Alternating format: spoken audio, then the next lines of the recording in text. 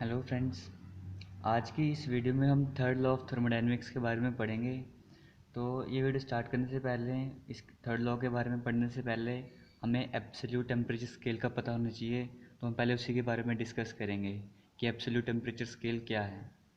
Lord kelvin, आपको मैंने starting में कहा था, इनका नाम बड़ा सुनने को मिलेगा आपको। आपने सेकंड स्टेटमेंट में भी सुना था इसका, सेकंड लॉ में। तो लॉर्ड केल्विन जब गैसेस के बारे में स्टडी कर रहे थे, प्रेशर और टेम्परेचर रिलेशन चेक कर रहे थे, एंट्रोपी के बारे में स्टडी कर रहे थे, तो उन्होंने एक पैटर्न पाया था अजीब सा कि कांस्टेंट वॉल्यूम पर, अगर गैसेस की वॉल्यूम को कांस्टेंट रखो आप, अगर कांस्टेंट वॉल्यूम पर अगर गैसेस का अगर प्रेशर बढ़ाओगे तो टेम्परेचर भी बढ़ेगा। मतलब कि उन्हें कांस्टेंट वॉल्यूम पर प्रेशर और गैसेस के प्रेशर और टेम्परेचर का डायरेक्ट रिलेशनशिप मिला था कि प्रेशर बढ़ाओगे तो टेम्परेचर बढ़ेगा, प्रेशर कम करोगे तो गैसेस का टेम्परेचर भी कम होगा। तो उन्होंने क्या क्या एक्सपेरिमेंट्स करने स्टार्ट किए, और ये इसकी सिंपल सी बात ये थी, अजीब सी बात ये थी कि सभी गैसेस के लिए ये सेम था। जैसे आप लीनियर एक्सपेंशन पढ़ते हो, टेम्परेचर के अकॉर्डिंग अलग अलग मेटल्स के लिए अलग अलग एक्सपेंशन होता है, ठीक है। लेकिन गैसेस के केसेस में ऐसा नहीं था। गैसेस के केसेस में सभी गैसेस के लिए ये सेम चीज़ थी कि मतलब कोई भी गैस ले लो आप, उसका प्रेशर बढ़ाओगे तो उसका टेम्परेचर उतना ही बढ़ेगा, सेम रेशो होगी हमेशा बढ़ने की। जबकि अगर आप लिक्विड या उनके अलग चीज़ों की बात करोगे तो उनके लिए ऐसा नहीं होता। हर लिक्विड के लिए या हर सॉलिड के लिए अलग चीज़ होती थी। जैसे आप एक्सपेंशन पढ़ते थे, हर सॉलिड के लिए अलग थी, हर लिक्विड के लिए अलग थी। लेकिन गैसेस के केस में ऐसा नहीं है। तो हुआ क्या, जब वो उन्होंने रीडिंग्स वगैरह ली डिफरेंट डिफरेंट, उन्होंने देखा कि मान लो लेट करो कि उन्होंने ग्राफ बनाया बाद में, ठीक है।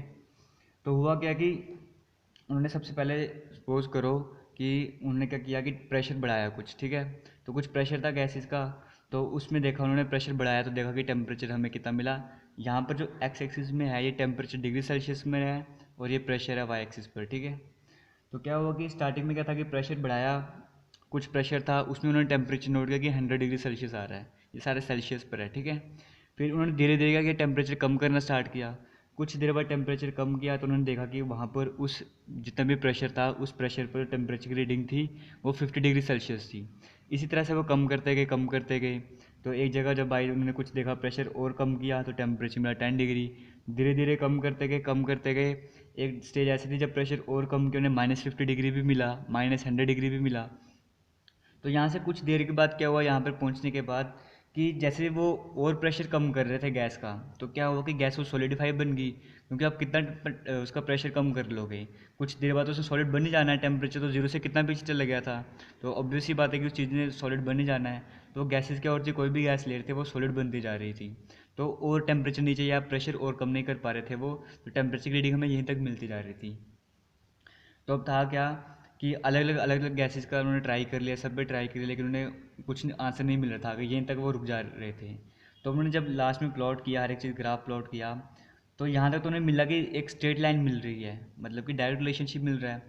तो अब वो आगे कर नहीं पा रहे थे, तो उन्होंने क्या किया कि इस लाइन को, जैसे मान लो कि वो रीडिंग्स ले रहे थे और ये लाइन बनी, तो अब ये लाइन बिल्कुल स्ट्रेट जा रही है, तो आगे भी स्ट्रेट ही जाएगी, क्योंकि यहाँ तक बिल्कुल पाथ फॉलो कर रही है वो, तो आगे भी वैसे ही जाएगा। तो उन्होंने आगे एक्सटेंड किया उसे, और देखा कि एक ऐसी स्टेज आ रही थी जब ये लाइन इस एक्सिस पे इंटरसेक्ट कर रही थी।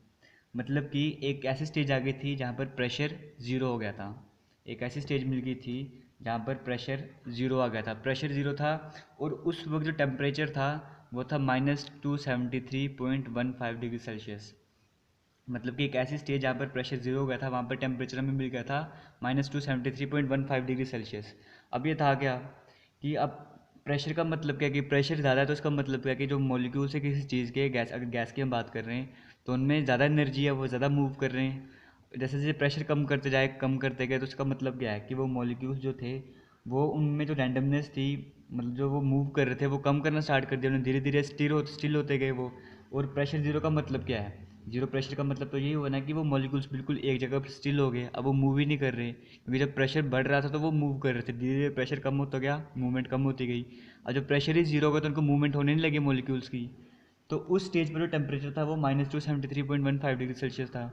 अब यहाँ से नीचे और लाइन क्यों नहीं गई, यहीं पे क्यों रोक दिया, क्यों? क्योंकि टेम्परेचर में भी यही है कि टेम्परेचर बढ़ता है तो काइनेटिक एनर्जी बढ़ती है मॉलिक्यूल्स की। अब जो टेम्परेचर कम हो रहा था तो काइनेटिक एनर्जी जो कम होती जा रही थी, मतलब कि मूवमेंट मॉलिक्यूल्स की कम हो रही थी। अब एक ऐसी स्टेज आ गई थी जहाँ पे हमें पता लग गया था कि मूवमेंट तो बिल्कुल ख़त्म हो गई है मॉलिक्यूल्स की, वो स्टिल हो गई। तो इसका मतलब कि टेम्परेचर कोई ना कोई ऐसा है, ऐसा कोई ना कोई कम टेम्परेचर होना था जहाँ पे वो मॉलिक्यूल्स की जो मूवमेंट थी वो बंद हो जानी चाहिए थी, और हमें यहाँ पे पता लग गया था प्रेशर ज़ीरो आ गया। तो इसका मतलब कि यहाँ पर टेम्परेचर, सबसे मिनिमम टेम्परेचर जो है वो हमें यही मिल सकता है, क्योंकि यहाँ पर तो मूवमेंट ख़त्म हो गई ना मॉलिक्यूल्स की, इससे ज़्यादा कम हो नहीं सकता। तो ये हमें पता लग गया था कि सबसे मिनिमम टेम्परेचर जो है वो हम अचीव कर सकते हैं, लेकिन अभी तक कर नहीं पाए वैसे, मतलब कर भी नहीं पाएंगे शायद, कब तक कर भी लें। जीरो प्रेशर पे जो सबसे हमें टेम्परेचर मिला था वो -273.15 डिग्री सेल्सियस मिला था हमें। तो ये किसने किया था, ऑब्जर्व वगैरह एक्सपेरिमेंट्स किसने किए थे, लॉर्ड केल्विन ने ऑब्जर्व किए थे। तो उनका उसके बाद ये कहना था कि हम भी जब भी कोई रीडिंग वगैरह लेते हैं तो हम क्या करते हैं कि 0 डिग्री सेल्सियस से स्टार्ट करते हैं, हमारा जो स्केल है वो 0 से स्टार्ट हो रहा है, 0 डिग्री से स्टार्ट हो रहा है। जबकि हमें पता लग गया कि जो हमारे पास मिनिमम टेम्परेचर है, वो मिनिमम टेम्परेचर हमारे पास -273.15 डिग्री सेल्सियस है। तो हम अपना स्केल जीरो से क्यों स्टार्ट करेंगे, 0 डिग्री सेल्सियस से क्यों स्टार्ट करेंगे, हम अपना स्केल -273.15 डिग्री सेल्सियस से स्टार्ट करेंगे। तो ये जो पॉइंट था जहाँ पे हमें मिनिमम टेम्परेचर मिला था, और इसी को कहते हैं एब्सोल्यूट टेम्परेचर कहा जाता है इसको। और इसी स्केल को जो उन्होंने -273.15 डिग्री सेल्सियस से स्टार्ट किया, इसी स्केल को एब्सोल्यूट स्केल कहा जाता है। तो अब ये कैल्विन ने डिस्कवर किया था, सिंपल सी बात है, तो इसलिए इसको कैल्विन नाम दे दिया गया। तो मिनिमम रीडिंग जीरो से स्टार्ट हो गई, तो इसलिए कहा गया कि 0 केल्विन किसके बराबर है, -273.15 डिग्री सेल्सियस। ये था इसका एब्सोल्यूट जीरो का कंसेप्ट। ठीक है, समझ आया एब्सोल्यूट जीरो क्या चीज़ है। एब्सोल्यूट जीरो यही है कि जहाँ पर मॉलिक्यूल्स की बिल्कुल जो भी मोशन है, एक्टिविटी है, वो बिल्कुल जीरो हो जाएगी। वही डेफिनेशन लिखी है एब्सोल्यूट जीरो की। एब्सोल्यूट जीरो वो टेम्परेचर है जब मोशन जो भी एक्टिविटी करें मॉलिक्यूल्स वो बिल्कुल जीरो हो जाएगी, मतलब कि प्रेशर जीरो हो गया। ये था हमारा एब्सोल्यूट का कंसेप्ट।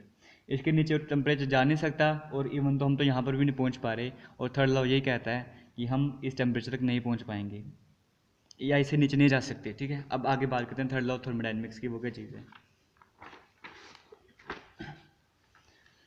अब देखो, अभी तक सबसे जो हमारे पूरे यूनिवर्स की अगर मैं बात करूँ, हमारे पूरे यूनिवर्स में जो सबसे ठंडी जगह हमें अभी तक मिली है वो है बूमरंग नेबुला। सेंटोरस कंस्टेलेशन पर एक नेबुला है जिसका नाम है बूमरंग नेबुला। वो हमें मिला है सबसे ठंडी जगह। इस पूरे यूनिवर्स की बात करूँ, पूरे यूनिवर्स में सबसे ठंडी जगह हमें वही मिली है जहाँ पर टेम्परेचर मिला हमें -272 डिग्री सेल्सियस, यानी कि 1 केल्विन। अभी भी 0 केल्विन तक नहीं मिला, 1 केल्विन तक टेम्परेचर मिला। ठीक है, और हमारे अर्थ पर क्या साइंटिस्ट अलग अलग एक्सपेरिमेंट करते जा रहे हैं, क्योंकि वो कोशिश कर रहे हैं इस टेम्परेचर तक पहुँचने की।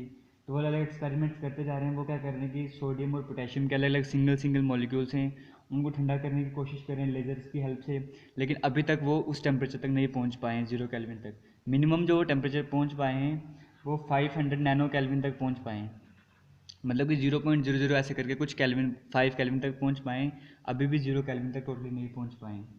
अब थर्ड ऑफ थर्मोडायनेमिक्स की बात करते हैं। ये क्या चीज़ है, ये हमें बताता है कि किसी भी परफेक्ट क्रिस्टल की एंट्रोपी जब उसका टेम्परेचर जीरो हो जाएगा, एब्सोल्यूट जीरो पर, किसी भी जो ऑब्जेक्ट है परफेक्ट क्रिस्टल है उसकी एंट्रोपी जीरो हो जाएगी। मतलब कि एब्सोल्यूट जीरो पर किसी भी चीज़ की एंट्रोपी जीरो हो जाएगी। यहाँ पे परफेक्ट क्रिस्टल क्यों लिखा है, क्योंकि परफेक्ट क्रिस्टल में क्या होता है कि जो एटम्स हैं वो क्या होते हैं, एक तो आइडेंटिकल होते हैं, और उनकी जो पोजीशन होती है वो सबकी सिमेट्रिक, एक ही तरीके से पोजीशन होते हैं सारे। जैसे ये कोई मान लो कोई मैटर है या कोई मॉलिक्यूल है या कोई, आप मान लो कोई चीज़ है, उसमें अब मॉलिक्यूल्स कैसे अरेंज हैं, यहाँ पे कोई रैंडम वे में अरेंज नहीं।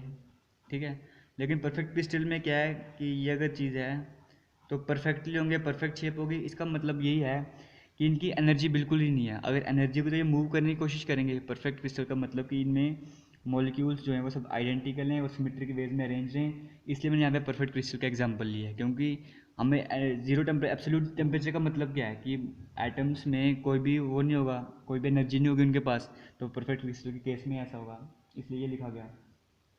तो ये सिंपल सी थर्ड लॉ यही है कि हम 0 केल्विन तक, अगर 0 केल्विन टेम्परेचर में पहुँच सकते हैं, अगर पहुँच जाएंगे तो वहाँ पर हमें एंट्रोपी भी ज़ीरो मिलेगी। ये है simple third law of thermodynamics.